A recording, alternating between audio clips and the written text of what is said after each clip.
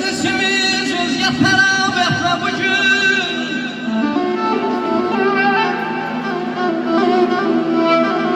hoş gəlib, hoş buyurun.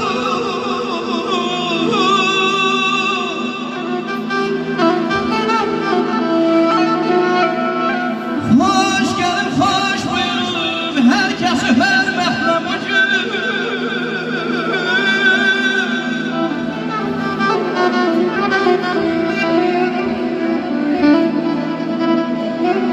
belə bir cahi cəlal dostlara qismət olsun yarə.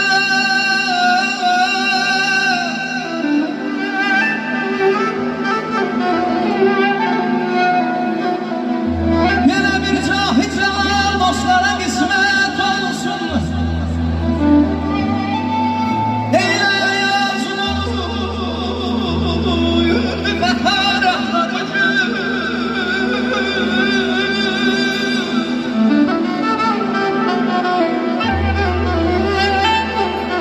Sahabe değiller bu dünya, yalan dünyadır.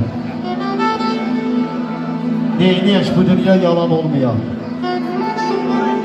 Gülə adamların üzü həyatda heç kəsin ürəyi talan olmayan. Axı kim doyar kömrün yazından? Çiçəklər küsərmi quş avazından? Hamının imkanı olan azından, elin bir işindən qalan olmayan. Yaxşılıq neymətdir, kaş hər kəs bilə, İmanı Tanrıdan gələn səs bilə, səni övladların müqəddəs bilə, haqqını itirən balan olmayan. Allah bütün bağları xoşbəxt eləsin. Sağ olun.